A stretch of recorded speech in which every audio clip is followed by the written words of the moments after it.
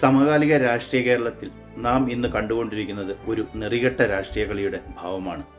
വോട്ടർമാരായ ഓരോ പൗരനും നാണക്കേട് തോന്നുന്ന വിധത്തിലുള്ള കാഴ്ചകളാണ് ഇന്ന് ലോക ജനാധിപത്യത്തിന് മുന്നിൽ കേരളം തുറന്നുകാട്ടുന്നത്. അധികാരത്തോടുള്ള ആർത്തിമൂത്ത് മുഖ്യമന്ത്രി കസേരയ്ക്കായി നടത്തുന്ന ഈ വടംവലികൾ കാണുമ്പോൾ ജനങ്ങൾ ചോദിക്കുന്നത് ഒന്നേ ഉള്ളൂ: നിങ്ങൾ തിരഞ്ഞെടുക്കുന്നത് കേരളത്തിന്റെ അവസാന UDF മുഖ്യമന്ത്രിയെയാണോ, അതോ നിങ്ങൾ തിരഞ്ഞെടുക്കുന്നത് കേരളത്തിന്റെ അവസാന UDF മന്ത്രിസഭയെയാണോ എന്ന്. ഭരണപക്ഷത്തിനുള്ളിലിരുന്ന് തന്നെ പ്രതിപക്ഷത്തെക്കാൾ വീര്യത്തോടെ സ്വന്തം സർക്കാരിനെ തളർത്തുന്ന ഗ്രൂപ്പ് രാഷ്ട്രീയം, അത് കോൺഗ്രസിന്റെ ചരിത്രത്തിലെ വിട്ടുമാറാത്ത ഒരു രോഗമാണ്. ഇന്ത്യയിലെ കോൺഗ്രസിന്റെ ചരിത്രം പരിശോധിച്ചാൽ 500-ലധികം തവണ മുഖ്യമന്ത്രിമാരെ സത്യപ്രതിജ്ഞ ചെയ്യിച്ച പാരമ്പര്യം അവർക്കുണ്ട്. എന്നാൽ ഇന്ന് അവർ നേരിടുന്ന ഈ പതനത്തിന് കാരണം ജനങ്ങൾ അവർക്കെതിരെ തിരിഞ്ഞതുകൊണ്ടായിരുന്നില്ല, അവർക്കെതിരെ ഉണ്ടായിരുന്ന ഭരണവിരുദ്ധ വികാരവുമല്ല, മറിച്ച് സ്വന്തം പാളയത്തിലുണ്ടായിരുന്ന ഗ്രൂപ്പ് വൈരാഗ്യവും അണിയറയിലെ പാലം വലിക്കലുമായിരുന്നു. സ്വന്തം കാലിനടിയിലെ മണ്ണ് പൂർണ്ണമായും ഒലിച്ചുപോയിട്ടും ആ പഴയ ഗ്രൂപ്പ് വൈരാഗ്യം ഉപേക്ഷിക്കാൻ അവർ ഇന്നും തയ്യാറാവുന്നില്ല എന്നതാണ് ഏറ്റവും വലിയ വൈപരീത്യം. തൊഴുത്തിക്കുത്തിന്റെയും കുതികാൽവെട്ടിന്റെയും മുൻകാല ചരിത്രങ്ങൾ നമ്മുടെ മുന്നിലുണ്ട്.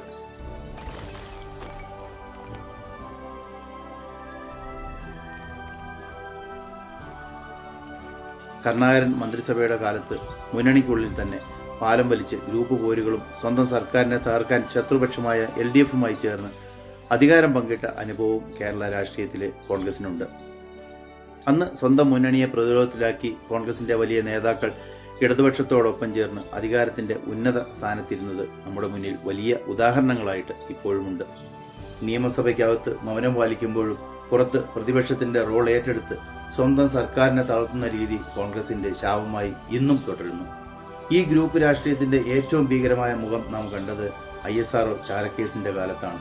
രാഷ്ട്രീയ ലാഭത്തിനായി മെനഞ്ഞെടുത്ത ആ കള്ളക്കഥകൾ ഒരു മുഖ്യമന്ത്രിയുടെ കസേര തെറിപ്പിക്കുക മാത്രമല്ല ചെയ്തത്, രാജ്യത്തിന്റെ അഭിമാനമായ നമ്പി നാരായണനെ പോലുള്ള ശാസ്ത്രജ്ഞരെ ക്രൂരമായി വേട്ടയാടുകയും ചെയ്തു. യഥാർത്ഥത്തിൽ അത്തരമൊരു ചാരവൃത്തി നടന്നിട്ടില്ലെന്നും അവർ ചാര വനിതകൾക്ക് അടിമപ്പെട്ടിട്ടില്ലെന്നും പിൽക്കാലത്ത് സുപ്രീം കോടതി വിധിയിലൂടെ രാജ്യം തിരിച്ചറിഞ്ഞു. കോടതി അവർക്ക് വൻതുക നഷ്ടപരിഹാരം നൽകാൻ ഉത്തരവിടുകയും ചെയ്തു. എങ്കിലും കേരള രാഷ്ട്രീയത്തിലെ ഈ കളി ബഹിരാകാശ വികസനത്തെ വർഷങ്ങളോളം പിന്നോട്ടടിച്ചതിന്റെ നഷ്ടം ആർക്കും നികത്താനാവില്ല. ഇന്ന് UDFൽ മുഖ്യമന്ത്രി സ്ഥാനത്തേക്ക് ഉയർന്നു കേൾക്കുന്ന 3 പ്രമുഖരിൽ ആര് വന്നാലും ബാക്കി 2 പേരും സഭയ്ക്കകത്തും പുറത്തും പ്രതിപക്ഷത്തിന്റെ റോൾ കൃത്യമായി ഏറ്റെടുക്കുമെന്ന് പഴയകാല ചരിത്രം നമ്മെ ബോധ്യപ്പെടുത്തുന്നു.